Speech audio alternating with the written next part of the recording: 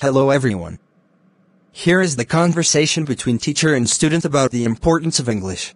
Sir, can I talk to you for a minute? What is it, my boy? I am very weak in English, and that's why my classmates laugh at me. I don't know how to improve my English. Well, you must not feel bad about this. Just keep in mind that learning English is essential nowadays as it is the key to success. Sir, kindly give me some suggestions on how I can improve. Well, start with reading English newspapers.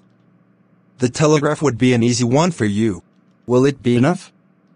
Sir? Not really. You must watch English news and English movies too. Try to communicate in English with your friends. That will help you the most. Thank you, sir.